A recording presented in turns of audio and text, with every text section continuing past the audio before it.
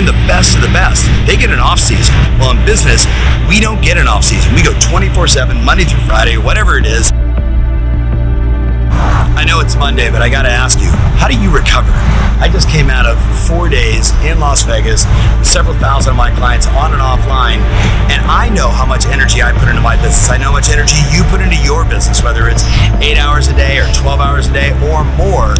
We go and we go and we go and we go, but guess what? Sometimes you got to stop and recover.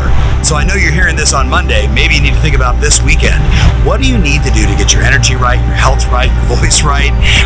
Make sure you get properly hydrated so you can go out and perform at your optimal. I spent some time with my buddy Tim Grover. You probably know him as the author of Winning and Relentless, trainer of Michael Jordan, Kobe Bryant, Dwayne Wade, and so many others. And we were talking about the fact that even the best of the best, they get an off season. Well, in business, we don't get an off season. We go 24/7, Monday through Friday, or whatever it is, 365 days a year, but we gotta give ourselves some rest. We gotta start tracking and measuring. What do I put in my body that gives me optimum energy? What do I do the night before that gives me optimum energy? What do I do throughout the day that makes me feel light and energetic and focused and ready to go out and solve problems? Versus what do I do that maybe stops me?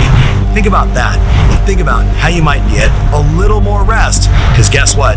The real estate market's gonna be bananas for the next 24 to 48 months. So we're gonna be going hard, charging, serving, helping a lot of people, making a lot of money, but I don't want you to grind so hard that you turn to dust.